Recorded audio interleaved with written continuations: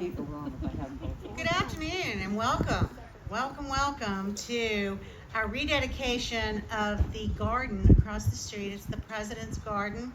And so we're going to have a few stories today from some of our board members who will be discussing the history of the building itself and how the garden came to be, a history of the garden club and what they did along the way to install and carry that garden on, and then also now the updates of what have happened to the garden since then and where we stand today. So I want to thank you guys.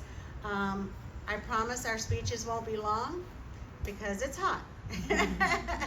And after the speeches, please go across. Both museums will be open for your enjoyment. So please go. We've opened up the original museum as well, so you'll get the chance to go in and see what it used to be like and what it now has at least been cleaned up to do. I have several people that I want to thank though in advance for today, for the fact that today happened. So first of all, I want to thank the National Society of the Daughters of the American Revolution and the Garden Club of the Northern Neck. They both provided grants so that we could get the bus restored in the President's Garden. So within the garden, you will find the bus of three of the presidents, those who were born here in the Northern Neck: George Washington, James Monroe, and James Madison. James Monroe and Washington being the two born in Westmoreland County, and Madison born in the next county over in King George. The busts were put there in 1948, as you will hear in the history stories, and then we just recently had those restored by Mr. Tim Henson. So I also want to thank him. He is the owner of Headstone Preservation and Recovery Incorporated, and he came and he spent a year restoring those busts back to their former glory. And so I also want to thank him today. I also want to thank the Westmoreland Garden Club. Unfortunately, they ended up disbanding last year because, as is the case with a lot, people, as we get older, we retired and we can't do it anymore. But they did so much all these years in keeping it maintained and beautiful all these years. And so when they disbanded last year, they gave the museum a substantial donation to help continue the garden itself and keep that up and running and to help take care of that. And also many donations from members of the community. This has been a true community effort. We've worked together, we've been fundraising, we've been doing a lot of things. I also want to introduce to you our board right now. First of all, we have Rebecca Gillians, who is our chair.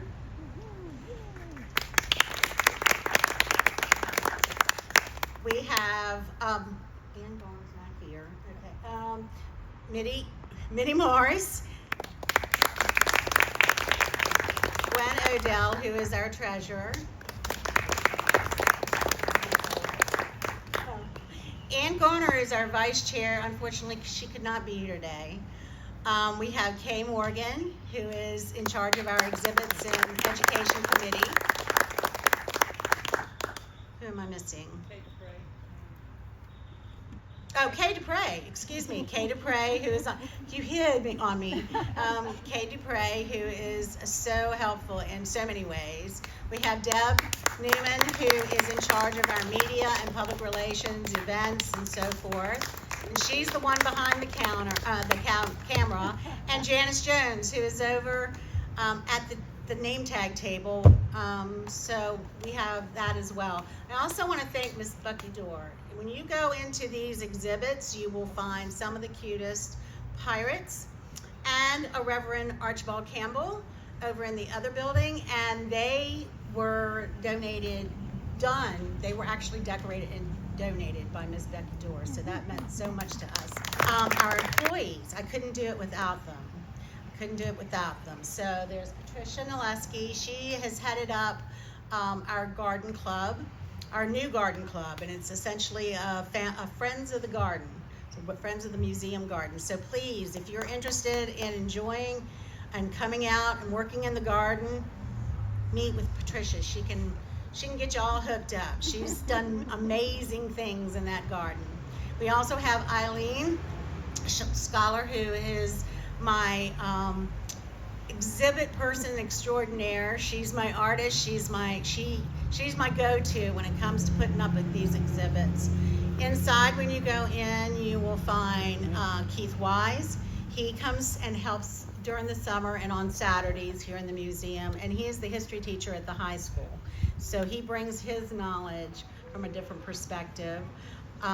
We also have Miss Maggie Schermerhorn. She is an intern here for the summer. She is with Mary Baldwin, and so she'll be leaving at the end of the summer to go back to school, but her degree is going to be in library studies, so it was perfect.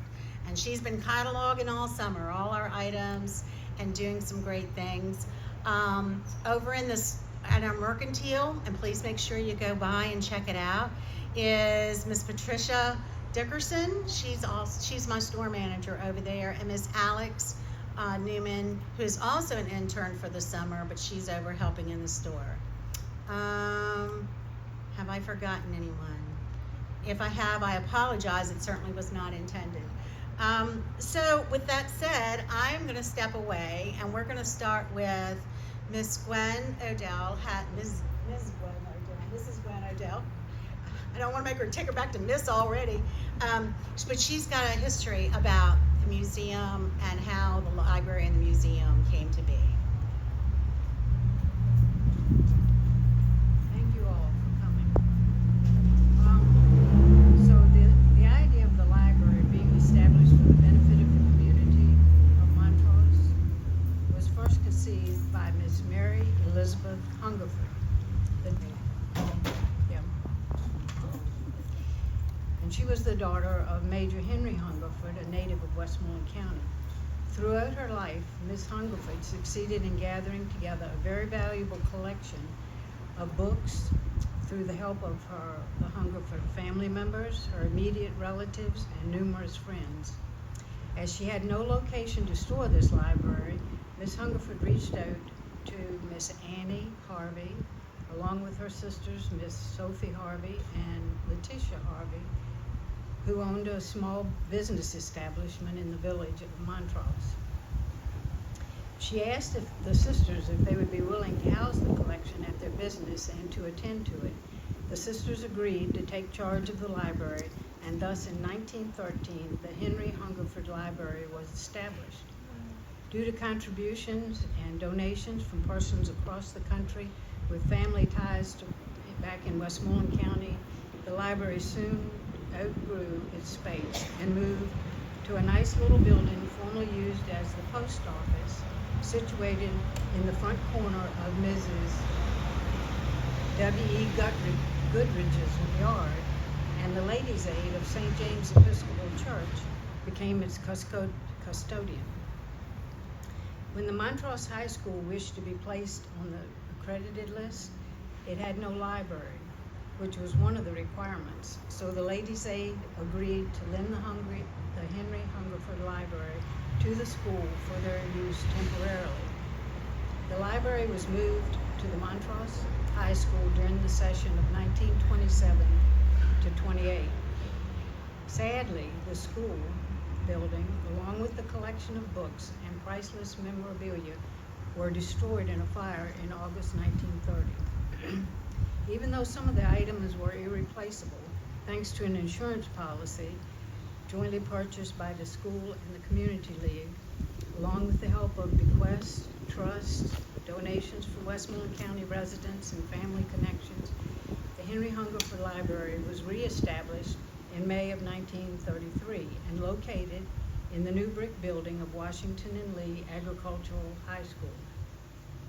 The first trustees of the Henry Hungerford Library, appointed by the Circuit Court in May 1931, were F.F. Chandler, Albert Stewart, R.H. Harris, Mrs. Kate H. Mason, and Mrs. Alice Robertson Carver. These surnames and those of families and residents are still found in the Montrose area today. For several years, these trustees discussed plans for establishing a library near the courthouse, and they decided to build a combination library and museum, a fireproof building of colonial structure.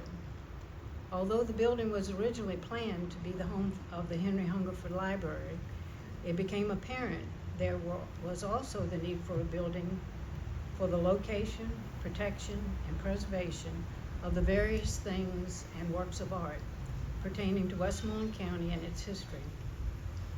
In particular, they wanted a permanent home for the life-size portrait of William Pitt, the Earl of Chatham, painted by the famous artist Charles Willson Peale in 1768.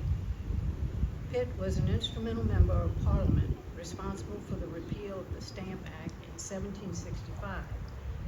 Major objection to this tax was voiced in Westmoreland County through the establishment of the Leestown Resolves, or resolutions, authored by Richard Henry Lee and signed by 115 men representing most of the leading local families in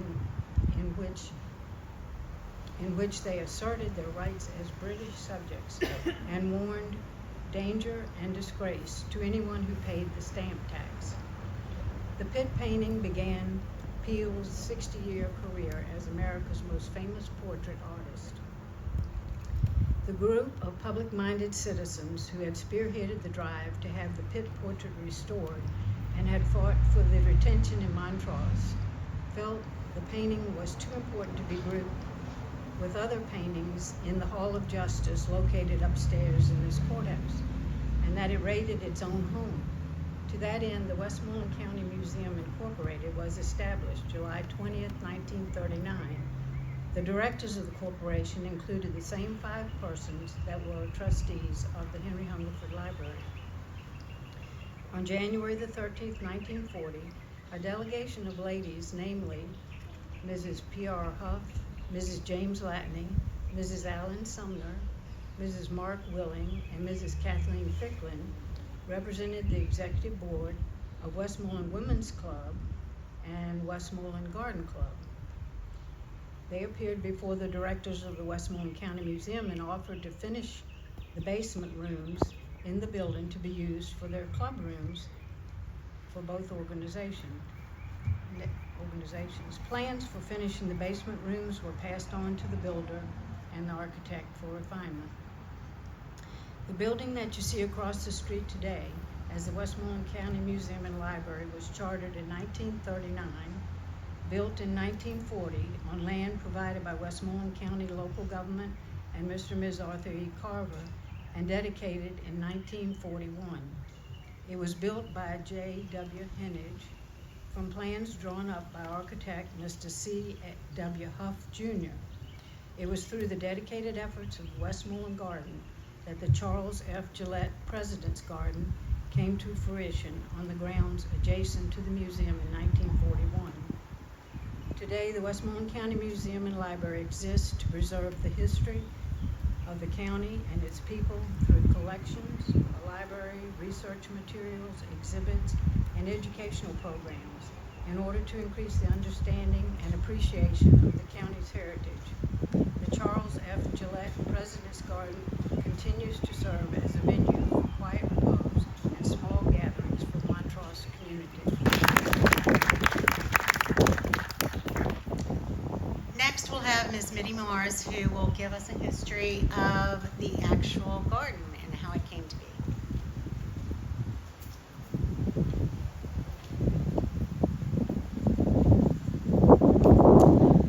I became a member of the Westmoreland Garden Club in 1984, and I was president twice of the Garden Club.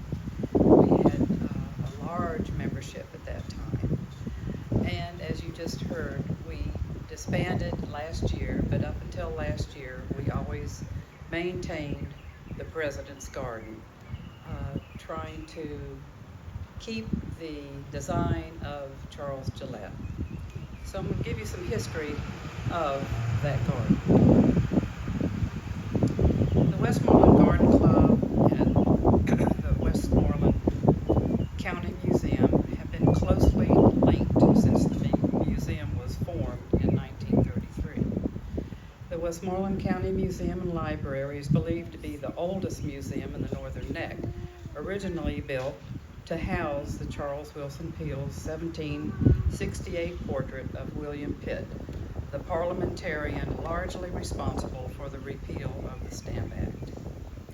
In 1933, 5 women of Montrose succeeded in getting community support and collecting money to build a museum to house a legacy of books and the portrait of William Pitt, the Earl of Chatham.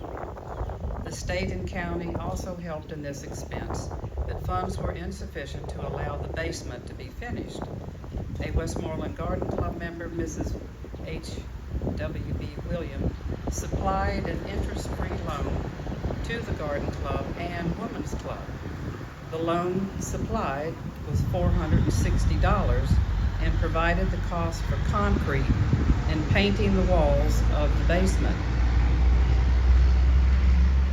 In January 1941, presiding Garden Club president Mrs. Thomas Lomax Hunter, wife of the Poet Laureate of Virginia, commented that here in this fine new building with lovely interior, part of it under the supervision of the Garden Club, we are surrounded by a clay bank, tin cans, and rubble. The work of the club is clearly cut out for it. Although the building had been completed, the grounds needed work. Subsequent meetings would see additional land obtained from the county, which allowed development of the Virginia President's Garden, a shrine to the 8 presidents born in Virginia. In February 1942, Mrs. Henry Mason, Garden Club Committee Chair, and Mrs. Hunter, Club President, went before the Virginia Assembly Senate Appropriations Committee to request $5,000 for the President's Garden. The committee voted to give the club $3,000. Monies were also gathered through fundraisers, including the selling of kitchen mittens, plants, and other items at Stratford Hall during Historic Garden Week. The Westmoreland Garden Club accepted Richmond landscape architect Charles F. Gillette's plan for the garden, which incorporated a brick wall surrounding the garden. Plantings included 100 boxwood donated by John Ratcliffe, a Richmond florist, and 100 hollies were donated by Mr. Grisham. Garden Club members provided additional plants, including boxwood cuttings taken from shrubs at Ashlawn, which was James Monroe's home.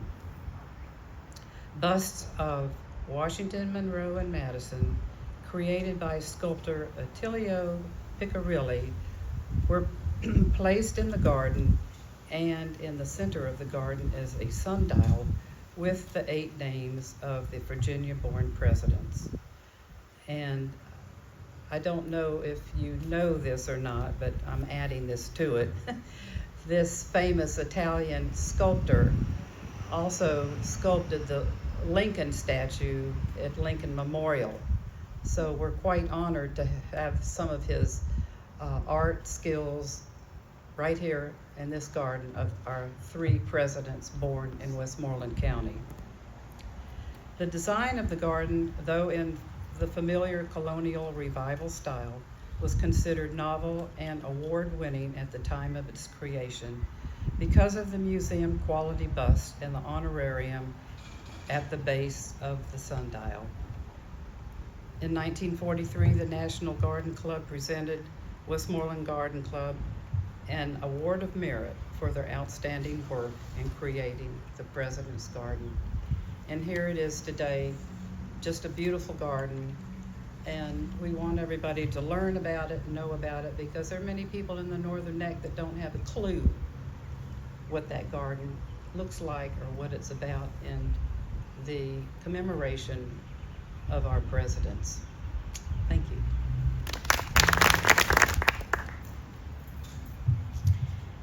What you will see today in the garden is very much due thanks to the efforts of Patricia Mileski and the friends of the garden members who have come and volunteered, and I'm going to let her tell you the list of names of who has volunteered with her. I couldn't begin to know all or be able to thank you all enough for all the work that you've done.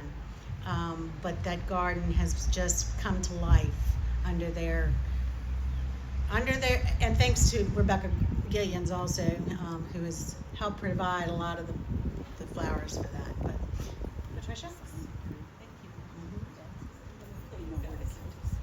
I promise this will be short because I know it's hot.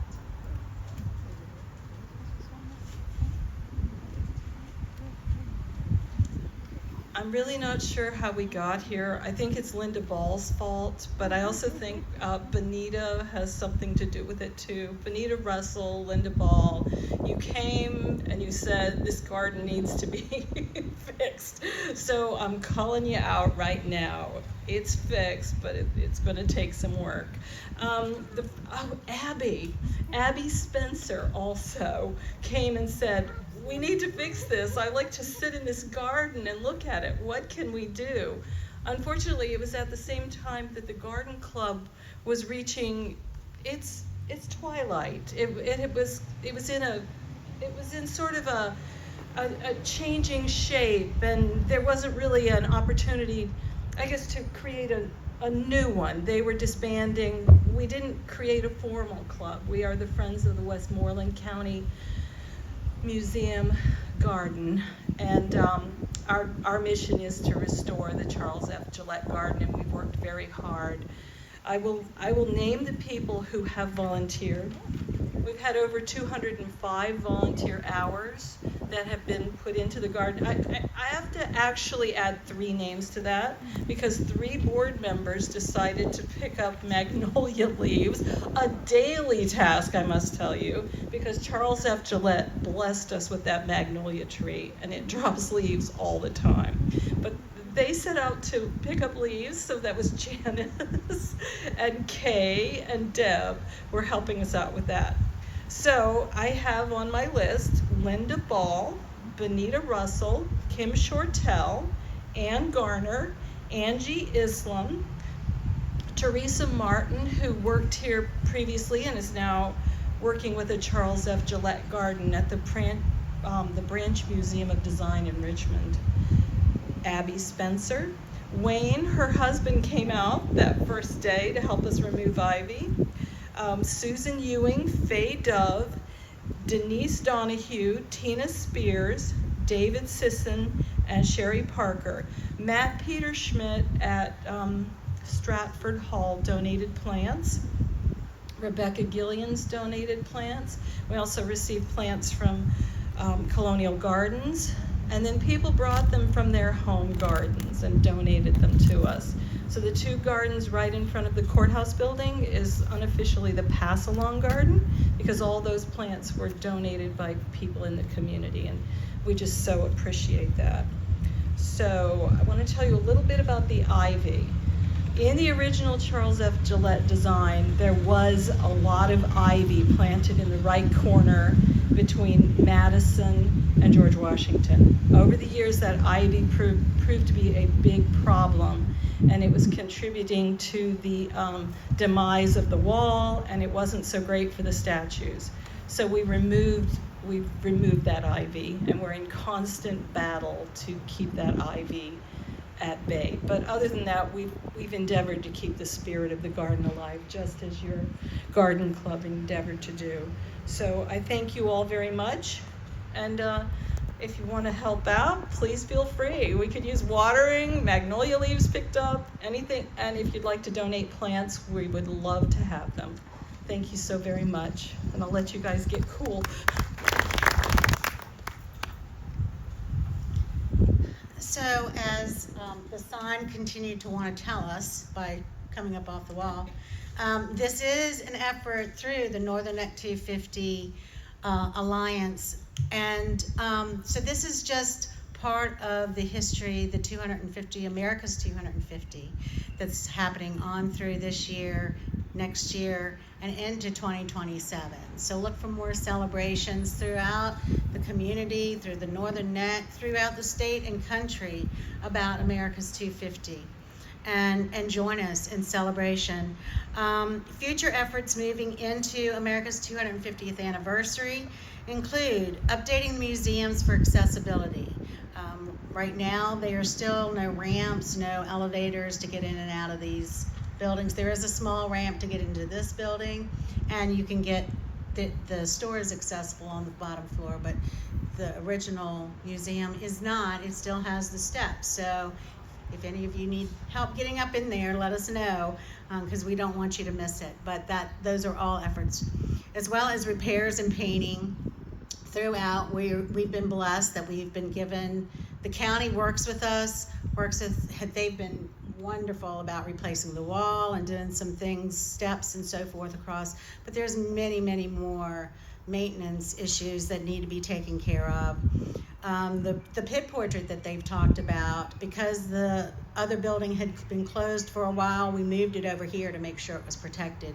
So if you want to make sure you get to see that pit portrait, definitely come into this building, into the courthouse, and it's there with the list of the Leedstown resolutions that were signed back in 1766.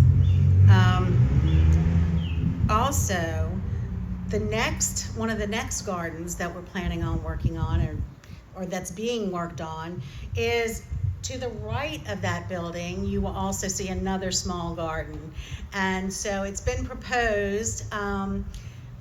Mr. Rob Townsend is going to be doing that as his Eagle project. Do you have a few words you want to talk about the garden, or no? Yes, I do. Come on up.